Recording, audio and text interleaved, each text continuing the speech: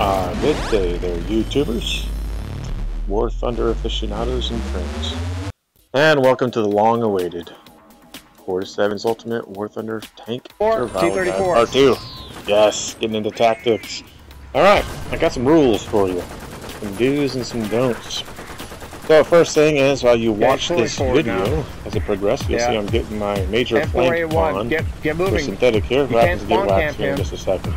Oh, nice. So another big thing is to be a disruptive influence. By working up a flank and hopefully get around to close to the spawn, you can be a disruptive influence and distract the whole team. Next, roll with a group, roll with your posse, and also communicate and repair while doing it. You'll last so much longer. Again, have a direction, have some unofficial leadership. I just flanked the T-34. Not you the know, same everyone one, in the team can choose what to do and what not to do. Use cover, keep moving, apply artillery liberally, and use bombers. And of course, crash them quickly, stay in the fight. Right? That's what you want to do. Alright, so, next thing, while you're doing all that, just make sure you're always assessing the progress of your teammates. Keep an eye on the zones that they're getting captured or not. And be flexible, move with the environment. Oh, shoot. Not everything's cookie cutter, not every game's the same, so you gotta feel it out. And now don't stop at the beginning of the match by all means. Get to the objective, get moving. Don't snipe across the map. I should probably miss number one. Don't be stupid. And I can't even say enough on that. Oh my don't stay in the open. Dude. By all means, stay close to a wall, stay close to cover. Don't shoot unnecessarily, giving away your position on the minimap, and don't shoot friends. Holy crap, you don't know how many times I've seen people killing or team killing, which is ridiculous. Don't go over the top of hills, and don't expose your side armor. Just counting for a hit, right? So here's a good flank on. I'm over in Charlie, and there's a guy way out in the open. Man, it's so satisfying getting the tiger kill. Just love it every single time. Now see that guy on my left? Blueberry holding down the middle of this zone. Next time we see him, he won't be there. And as you can see, I got cover pretty much. Waiting for that guy. He used cover pretty well, but I still had to beat on him. Got him. Now notice that guy is now dead. He's no longer there. His tank is still there, but he's not. Because he stayed out in the open. Not very smart. Didn't use cover. Secondly, use cover. Use cover to do what? You have a tank that's a really long reload, like this SU-152. Use cover while you're in the middle of a reload. Pop out, shoot, back up, reload. Not a bad formula. You'll stay alive. Keep on doing it. Repeat, repeat, repeat. Use cover, especially under repairs or if you're taking out a plane, etc. Keep using that cover. Great example on that one. Special tank with a really long reload. Alright, speaking of jumping in the bomber, let's go over some bomber basics. Pick up airspeed quickly because you're not going in this alone. Usually there's a plane or two that's going to come in after you. As you see, my waist gunner's already starting to pick them up and start shooting at them. Dive down, pick up airspeed, go full throttle immediately, bob and weave a little bit. You don't want to do too much because it's going to throw off your bombing run. And get low. When you drop your bombs, get as low as possible. The enemy will not be able to hear it. If you have a high altitude bomb, then guess what's going to happen? They're going to hear your bombs, they're going to move. But if you bomb while down low, you'll be fine. They won't be able to hear it, and your likelihood of a kill will be greater. So, again, once you get done, by staying low, crash immediately. Keep your tank in the fight. You don't want to be flying around forever. Crash immediately, get back in your tank, and keep moving. Alright. So, just before you take out a bomber, another good advice, grab some artillery, but be careful. You don't know how many planes I've taken out with artillery. And you might even shoot your own self down, so just be careful. Again, find the basics. I'm diving down, going full throttle. And my top gunner, my rear gunner, is already engaging fighters. Not too worried about it, not too much bottom weaving. Now I'm just dropping bombs. I didn't get too low, as you can see. There's just too many red. I can't really get a good beat on what that was. But I did learn from the last one. I dove down, took out my bomber immediately. Alright, again, go for those heavy tanks. Go for the choke points. Go for those stubborn tanks that are making a problem for one of your flanks. Your teammates need some help. Drop some bombs on them heavy tanks. Or someone that's just in a really good position and really making a wreck of things. Right? And secondly, help your buddy out if he's trying to go after a KV2 up on a hill and you push him up the hill. Sometimes it works, sometimes it doesn't. And then if it doesn't work, always watch his back. That one led perfectly. So we're on our way to being a disruptive influence here. So we're flanking around Alpha here, heading up almost into their spawn. If you look at the map, you'll see how far ahead between the objective and their spawn. We're smack dab in the middle of it. And these guys don't even know we're here. As you see, this M18 is about ready to get wrecked. We got a good critical hit on him. Move on. Go to the next objective. You know he's reeling from his wounds, doesn't know what's going on. Now, before everyone figures out you're there, and oh crap, while you're in the middle of reload, oh, that's the worst feeling. Oh gosh, thank you, buddy. Saved our lives. That is a wonderful feeling when you're caught in the middle of reload and someone turns on you. Notice, just got hit. Keep on moving. Alright, so if someone hits you, you know they have a beat on you. Before they can put another shot, get moving. Don't just sit there and wait for them to shoot you again. Go find some cover, like what I'm just doing right here, using these rocks as cover. And being that disruptive influence that I am, I'm going to take a pop shot off this KV1, let them know that I'm here, back it up. They're putting artillery on me, so guess what I'm going to do? There's a choke point right there. They're all going to be coming down that choke point, so I'm putting artillery. And the more that you are a disruptive influence to the team, notice what your team does. They're pushing forward. You're swaying the fight. You're moving the battle closer to their spawn. They don't have an advantage. They can only try and pick you off. The longer you have them distracted, they are forced to deal with you. And of course, repair. Make sure you're under some cover. And the SU-122 sneaking up the hill to my right is going to get me out here in a second. But again, repair. Use your buddy. This is a perfect example of great teamwork and being that good disruptive influence to win the battle for your team. Next, we're going to go over a little bit of tag team and basics on heavy tanks. As you can see, I'm here with Shipman again. And oh snap, a KV1 comes around the corner. Slow, heavy tank. It's got a quick reload though, so you got to be fast. And I had him distracted. He turned, and Shipman was able to finish him off there in a couple hits. Now this guy, he had to turn his whole tank sideways to get his turret on bead with me, which exposed him to Jazz. And of course, Jazz up 2 champ finishes him off.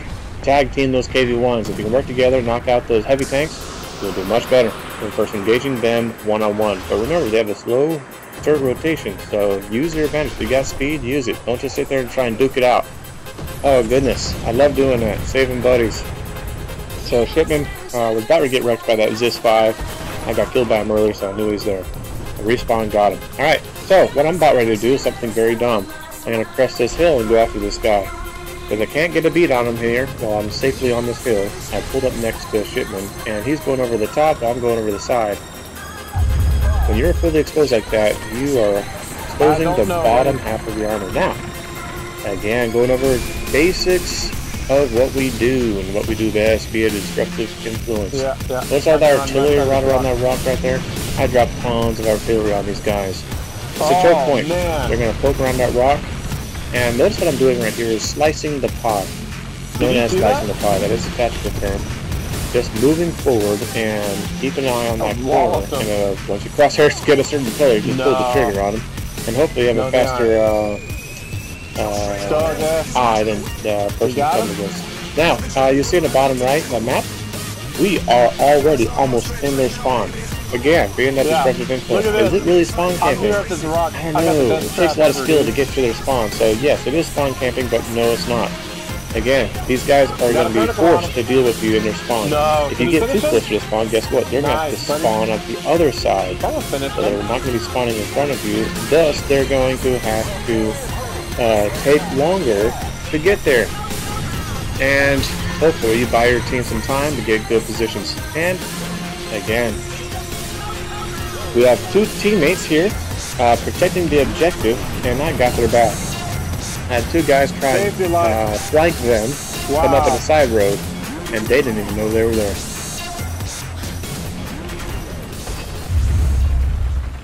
How many? Right, going to epic battle number 1. You see here, Synthetic just killed the tank, and this is the 3-minute, 23 kills boredom. Hopefully I don't bore you with this script, but here's a great example of teamwork. tag teaming different tanks and covering each other. So us three, me, Shipman, and Synthetic, are all engaging, all moving forward, and managing this choke point down here at the bottom of the map. Now, you notice what we do is we don't just sit there and wait for them to come to us. They're expecting us to be in front of them. So, again, check the road. Don't just pop out there. I see that there's no enemy tanks, so I'm moving forward, come around the corner, and immediately get behind these buildings so that no one can get a pop shot off of me. Then I realize, oh crap, there's a whole bunch of enemies. I didn't realize there was a T-34 there, otherwise I would have knocked him off first. There's a Stug. Go ahead and put a shot on him. This should have killed him, but no, it doesn't. I did get a critical, and I'm getting shot. So what do? I move. The T-34. You move. Oh, now I know it's a T-34, so I put a shot right into his turret there and wound his crew.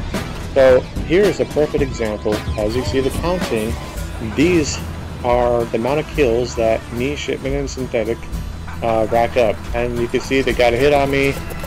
My reload is slowed down. I can't shoot. Therefore, I'm going to go find some cover. Unfortunately, I go right in the way of this Stug. Now he knows I'm here. He's going to be backed off. Now he's going to be psyched out. And he is wounded, hopefully. And let's go ahead and just finish off this T-34. And all the Stug found cover. And I'm caught in the middle of a long reload. Yes, Shipman finished him off. Thank you, the guy. Now me and Shipman are back to back here, covering our zones. Notice how we're tucked in tight to the buildings. Nice, Pathetic. Tight into the buildings and covering each other. So we're gathering all these choke points. I missed. Nice, buddy. That's what I'm talking about. Good old teamwork. The Stug finally found out that he needed help out, and this guy came out of nowhere. What the heck? So this guy felt pretty froggy and wanted to get into some battles, so I had to try and work him up a little bit. And of course, I've been finishing him off. Synthetic gets his action on. And this guy didn't even see me here. Great, must be my camouflage. I see him right here. So, again, targets of opportunity. By having multiple teammates with you, you're not the sole target there. And here's another good factor. You can repair one another. So while one person's repairing, the other people are fighting, covering each other. So having multiple targets of opportunity, the enemy team can't just pick on just one person. So 15 kills, I think we get 16 at the end of this clip, but a grand total of 23 for that team. It was a T-34. Yep.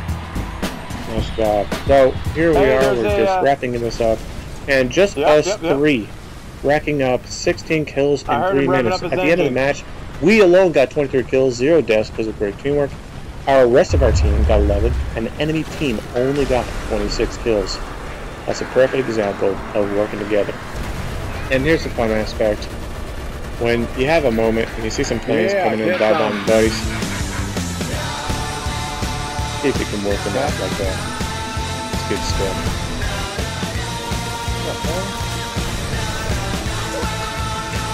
Yeah, good fun, buddy.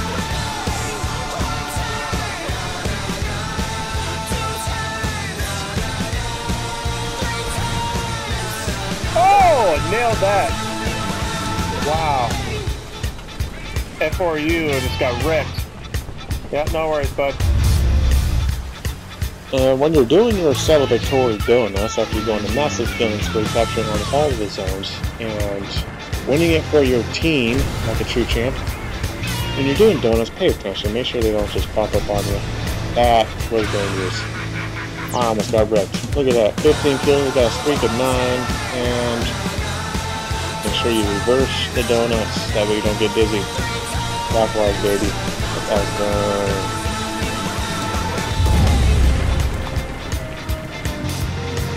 Psychological warfare, that's right. Get altitude, get high, shoot down on the enemies. They can all see you. If you have a higher angle of attack, you shoot down on them and greater chance of a kill. So if you can get your hover tank going, all power to you.